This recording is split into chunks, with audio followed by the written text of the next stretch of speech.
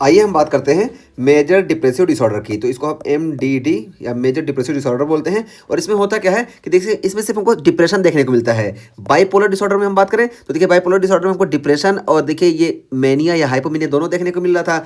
और शिजोफ्रेनिया में हम देखें तो शिजोफ्रेनिया में हमको यहाँ बेस लाइन पे ही हमको साइकोटिक सिम्टम देखने को मिल रहे थे। और उसके अलावा हम क्या बात करें हाइपोमेनिया, तो हाइपोमेनिया में भी देखिए हमको एक ही तरफ ही देखने को मिल रहा था। और फिर पीछे और क्या बात करके हम है कि बाकी सब हम बात कर चुके, ठीक है। तो यही चीज़ हमारी है। अब हम बात कर रहे हैं कि मेजर डिप्रेसिव डिसऑर्डर, तो इसमें सिर्फ हमको डिप्रेशन देखने को मिलता है, तो इसी को हम बोलते हैं मेजर डिप्रेसिव डिसऑर्डर। और यहाँ पे कुछ क्राइटेरिया होता है, ये क्राइटेरिया फुलफिल होना चाहिए। तो देखिए यहाँ पे 9 डायग्नोस्टिक क्राइटेरिया होते हैं और ये 9 में से एटलीस्ट जो है 5% होना चाहिए। तो 5 या 5 से ज़्यादा परसेंट हो तब इसको हम बोलते हैं मेजर डिप्रेसिव डिसऑर्डर। तो देखिए रिकरेंट एपिसोड लास्टिंग 2 और more than 2 week characterized by 5 or more than 5 of 9 diagnostic symptoms including depressed mood और एनिडोनिया और इरिटेबिलिटी इन चिल्ड्रेन। तो देखिए यहाँ पे क्या बताया गया कि रिकरेंट एपिसोड होगा, पहली चीज़ बताई गई कि और इसकी लास्टिंग कितनी होगी 2 या 2 हफ्ते से ज़्यादा। और इसमें देखिए 5 या 5 से ज़्यादा सिम्टम प्रेजेंट होंगे 9 में से। और इसमें हमको क्या देखने को मिलेगा, तो देखिए मूड, सबसे पहले मूड बताया गया। तो मूड एक मेजर चीज़ है, ठीक है। मूड डिप्रेस हो गया यानी मूड यहाँ पे कम देखने को मिलेगा या एनिडोनिया देखने को मिलेगी, ठीक है। तो एनिडोनिया क्या होती है, देखिए यहाँ बताया गया कि decrease interest in pleasurable activity. तो प्लेजरेबल एक्टिविटी जो है उसमें भी इंटरेस्ट कम हो जाना। हम पीछे बताते आए हैं कि एनिडोनिया इसी को बोलते हैं कि पहले किसी चीज़ को करने में पेशेंट इंटरेस्टेड था, ठीक है, लेकिन अब नहीं कर रहा। जैसे पीछे एग्जाम्पल दिया कि कोई आपका दोस्त आपके साथ बाहर जाने में उसको बहुत अच्छा लगता था, लेकिन अब क्या हुआ, वो आपके साथ बाहर जाना कहीं नहीं पसंद कर रहा है, कुछ नहीं, उसको मतलब जो चीज़ उसको अच्छी लगती थी वो नहीं करेगा। तो इसको एनिडोनिया बोलते हैं। तो यहाँ पे देखिए 9 डायग्नोस्टिक क्राइटेरिया है, इसमें से 3 मेजर होते हैं। 3 मेजर हम बताते हैं। देखिए पहला मूड है यानी मूड कम हो जाएगा, और दूसरा देखिए हमको एनिडोनिया देखने को मिलेगा, ये भी मेजर हुआ, और तीसरा एनर्जी। तो ये 3 मेजर होते हैं और बाकी सब माइनर है। तो बहरहाल हमारे पास 9 होते हैं, 9 में से 5% होना चाहिए। तो देखिए पहला हमारा हो गया मूड, दूसरा हो गया हमारा एनिडोनिया। तो देखिए एनिडोनिया यहाँ पे देखिए ये एनिडोनिया है, इसको आप सिग ई कैप से भी याद रखेंगे। तो देखिए पहले स्लीप डिस्टर्बेंस देखने को मिला, आई से हो गया हमारा इंटरेस्ट यानी decrease interest in pleasurable activity, तो आई से ये हो गया। और जी से हो गया guilt of feeling of worthless, कि हम बेकार हैं, अपने आप को फालतू समझना, ठीक है। तो यही है गिल्ट ऑफ फीलिंग वर्थलेसनेस।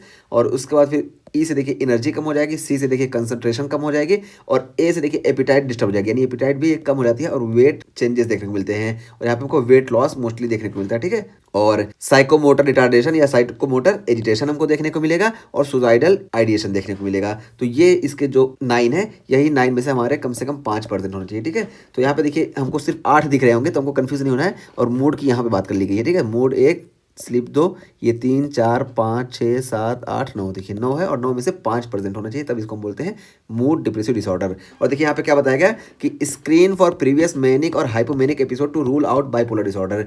तो हम मेजर डिप्रेसिव डिसऑर्डर कब बोलेंगे कि हम पहले रूल आउट कर लेंगे कि पहले कोई हाइपोमेनिक या मैनिक एपिसोड तो नहीं आया है। क्योंकि अगर पहले कोई हाइपोमेनिक या मैनिक एपिसोड रहेगा तो यहाँ पे देखिए हाइपोमेनिक है या मैनिक है, तो ये तो बाइपोलर डिसऑर्डर हो गया। तो यही बाइपोलर डिसऑर्डर को रूल आउट करने के लिए हम मैनिक या हाइपोमेनिक एपिसोड को रूल आउट कर लेंगे, ठीक है। मतलब इसकी स्क्रीनिंग कर लेंगे ताकि बाइपोलर डिसऑर्डर है या नहीं ये पता चल जाए।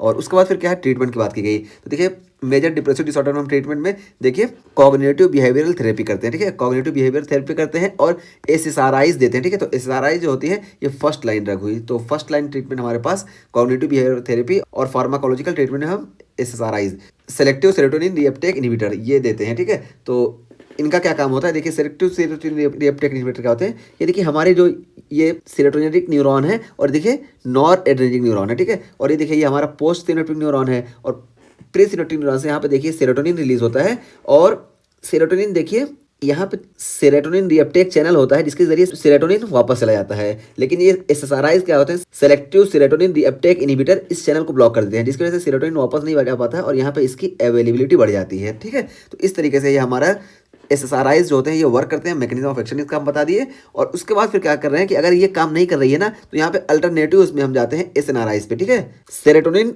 And nor epinephrine reuptake inhibitor. तो देखिए ये serotonin nor epinephrine reuptake inhibitor ये क्या करती है, या देखिए एसएसआरआई जो थी ये सिर्फ यहाँ काम कर रही थी, ठीक है। तो सिर्फ इसको ब्लॉक कर रही थी। लेकिन एसएनआरआई जो होती है ये देखिए ये नॉर एपिनेफ्रिन का जो ये हो रहा है इसको भी जो है रिएप्टेक नहीं होने देती है। इस वजह से यहाँ पे देखिए नॉर एपिनेफ्रिन का कंसंट्रेशन बढ़ जाता है, ठीक है। तो इस तरीके से ये हमारी एसएनआरआईज काम करती हैं।